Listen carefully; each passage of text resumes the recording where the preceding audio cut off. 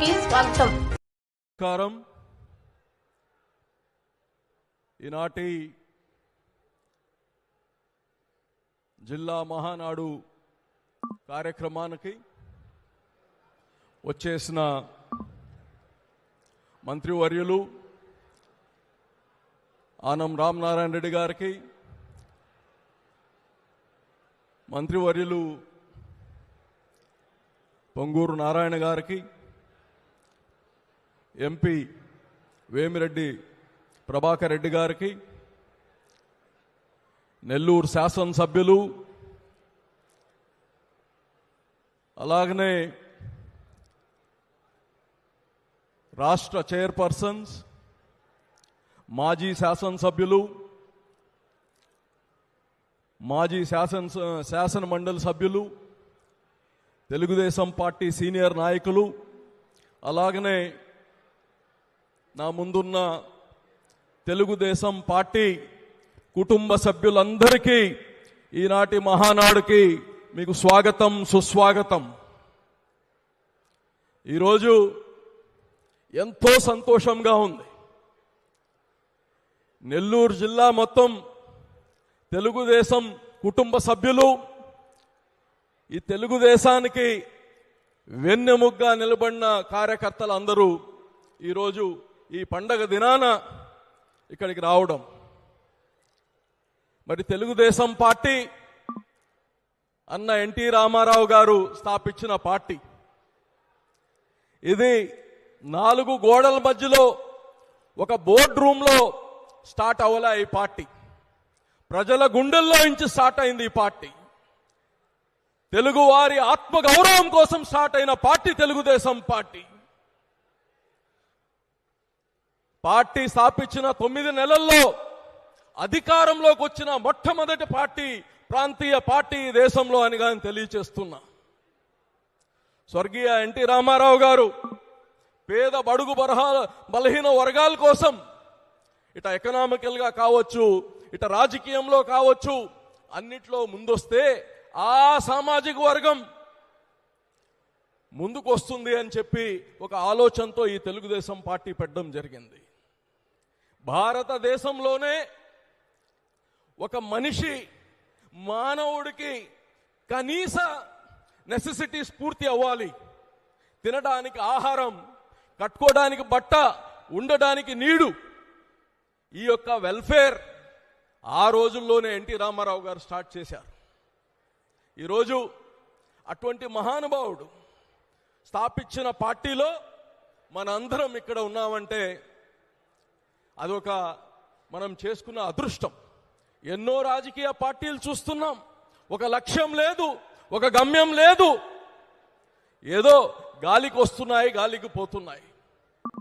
ఈ యొక్క తెలుగుదేశం పార్టీ ఈ రాష్ట్రాన్ని అనేక సంక్షోభాల నుంచి అనేక రిఫార్మ్స్ తీసుకువచ్చిన పార్టీ ఇది. పేదవాళ్ళకి, మహిళల్లో చైతన్యం రావాలి, మహిళలు స్వశక్తి కావాలని డ్వాక్రాని ఇంట్రడ్యూస్ చేశారు. 2 రూపాయల బియ్యంని ఇంట్రడ్యూస్ చేశారు. పక్కా ఇల్లుల్ని ఇంట్రడ్యూస్ చేశారు. ఈ రోజు చెప్తున్నారు హౌసింగ్ ఫర్ ఆల్ అని.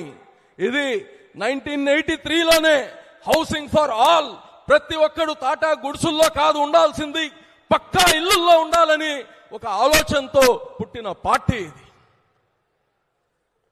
అలాగనే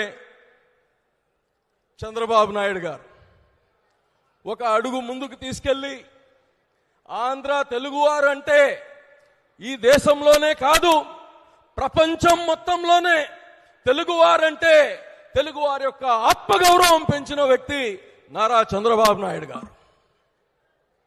ఈరోజు ఈ రాష్ట్ర పరిస్థితి అతలాకుతలంగా ఉంది. ఆర్థిక సంక్షోభం, ఖజానా ఖాళీ. అయితే మన నాయకుడు తనకుండే అనుభవం, తనకుండే చరిష్మా ఈ ఆంధ్ర రాష్ట్రాన్ని మళ్ళా చిగురిస్తుంది. ఈరోజు ప్రతి ఒక్కరిలో, ప్రపంచంలో ఎక్కడ చూసినా ఆంధ్రప్రదేశ్ మళ్ళా చిగురిస్తుంది. ఆంధ్రప్రదేశ్ మళ్ళా ఉన్నత స్థాయికి వస్తుంది. ఈరోజు మన నాయకుడికి ఉండే చరిష్మా, ఐటీ 2020 విజన్ తీసుకొని వచ్చి ఆ రోజుల్లో 2020 అంటే ఈయన 20 సంవత్సరాలు ఏం జరగద్దో ఆలోచిస్తాడు అని అవహేళన చేశారు ఆ రోజు ప్రతిపక్షాలు. ఈరోజు చూస్తున్నాం అదే సైబర్ సిటీ ఎలా ఉంది.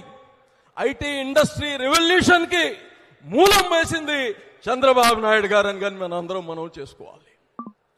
ఈరోజు క్రైసిస్, చంద్రబాబు నాయుడు గారు హుదూద్ తుఫాన్ వచ్చింది, మనం చూసాం.